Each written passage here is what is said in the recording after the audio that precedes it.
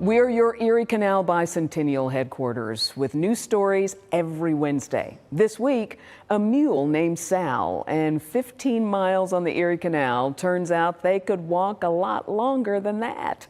News 10 NBC's Erin Mahin brings us history of the Erie Canal song and debunks a few claims in the lyrics. About 100 years after the Erie Canal opened up for navigation, someone traveled to Rochester and wrote a song about it.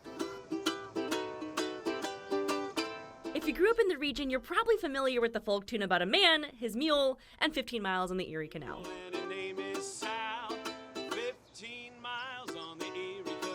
It is largely believed that the song was written between 1905 and 1910 by a Massachusetts-based musician and songwriter named Thomas S. Allen.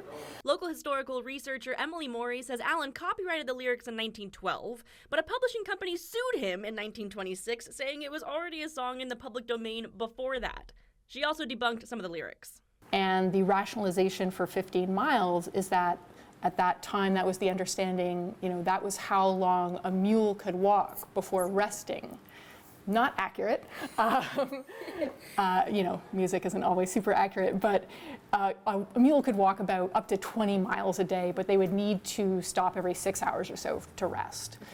Since I'm newer to the area, I spent the morning by the canal hoping to catch people who are familiar with the song. Well, I got me a mule, her name is Sal. 15 miles on the Erie Canal. She's a good old worker, a good old pal. 15 miles on the Erie Canal. Got a mule and her name is Sal. I don't think there's another line in that. Low bridge, everybody down. 15 miles on the Erie Canal. Have you ever heard the song, the Erie Canal song? No, I've never heard it in my life. You know what? Let's leave the singing to Evan. Low bridge, everybody down. Low bridge, 'cause we're coming to a town. Morey also told me that the canal played a really big part in the economic and population growth of this region. Imagine a mule behind me on the land side towing a barge on the canal with a heavy load of coal, lumber, alcohol. So the next time you hear the song, you'll know a bit more about our good old working gal Sal. In Pittsford, Erin Mahin, News 10 NBC. Okay, I simply loved that story. Thanks so much for the history lesson, Erin. News 10 NBC is celebrating the Erie Canal Bicentennial all season long with news stories airing every Wednesday and hopefully with some good songs, some good tunes like that.